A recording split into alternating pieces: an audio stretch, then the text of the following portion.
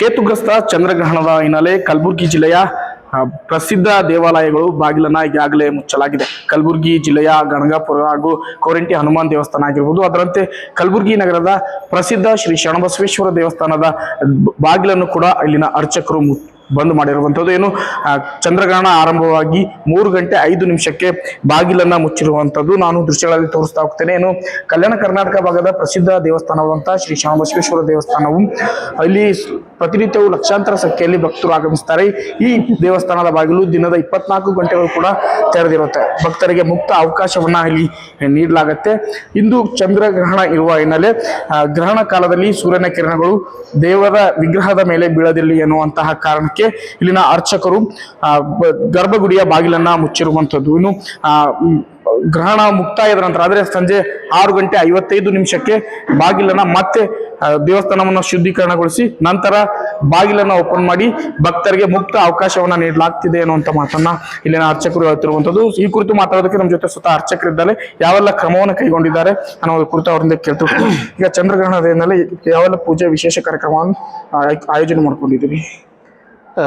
ಈಗಾಗಲೇ ಗ್ರಹಣ ಪ್ರಾರಂಭವಾಗಿದೆ. ಸುಮಾರು 3:22 ಗ್ರಹಣ ಪ್ರಾರಂಭವಾಗಿದೆ.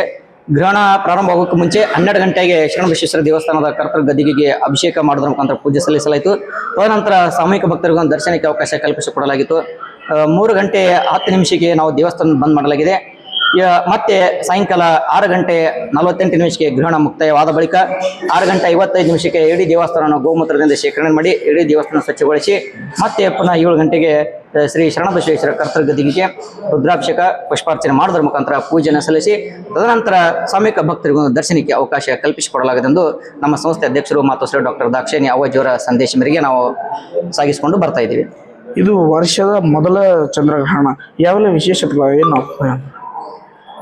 ಇದು ವರ್ಷದ ಮೊದಲನೇ ಚಂದ್ರಗ್ರಹಣ ಆಗಿದ್ದ ಕಾರಣಕ್ಕಾಗಿ ಸುಮಾರು ನಮ್ಮ ಕಡೆ ಈ ಗ್ರಹಣ ಆಚರಣೆ ವಿಶೇಷವಾಗಿ ಗರ್ಭಿಣಿ ಸ್ತ್ರೀಯರು, ವಯೋವೃದ್ಧರು, ಚಿಕ್ಕ ಮಕ್ಕಳಿಗೆ ಈ ಗ್ರಹಣದಿಂದ ಅವರು ತಮ್ಮ ಸ್ವಂತ ಕಾಪಾಡಿಕೊಳ್ಬೇಕು. ಗರ್ಭಿಣಿ ಸ್ತ್ರೀಯರು ಹೆಚ್ಚಾಗಿ ಈ ಗ್ರಹಣದ ಸಮಯದಲ್ಲಿ ಅಡ್ಡಾಡುವುದು, ಅವರ ಕಾರ್ಯಚಟುವಟಿಕೆಗಳನ್ನೆಲ್ಲ ನಿಂದಿರಿಸಬೇಕು. ವಿಶೇಷವಾಗಿ ಗರ್ಭಿಣಿ ಸ್ತ್ರೀಯರಿಗೆ ಮತ್ತು ಚಿಕ್ಕ ಮಕ್ಕಳಿಗೆ ಇದೊಂದು ಬಹಳ ದೊಡ್ಡ ಗ್ರಹಣವಾಗಿದೆ.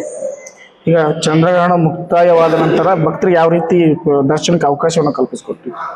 ಗ್ರಹಣ ಮುಕ್ತಾಯದ ಬಳಿಕ ಪೂಜೆ ಪ್ರಾರಂಭವಾಗ್ತದೆ. ಸುಮಾರು ಪೂಜೆ ಮುಕ್ತಾಯಗೊಳಿಕೆ ಸುಮಾರು 1 ತಾಸು ನಮಗೆ ಸಮಯ ಬೇಕು. ತದನಂತರ ಮಹಾಮಂಗಳಾರತಿ ಪುಷ್ಪಾರ್ಚನೆ ಆದ ಬಳಿಕ ಸಾಮೂಹಿಕ ಭಕ್ತರಿಗೊಂದು ದರ್ಶನಕ್ಕೆ ಅವಕಾಶ ಮಾಡಿ ಕಲ್ಪಿಸಿಕೊಡಲಾಗುವುದು.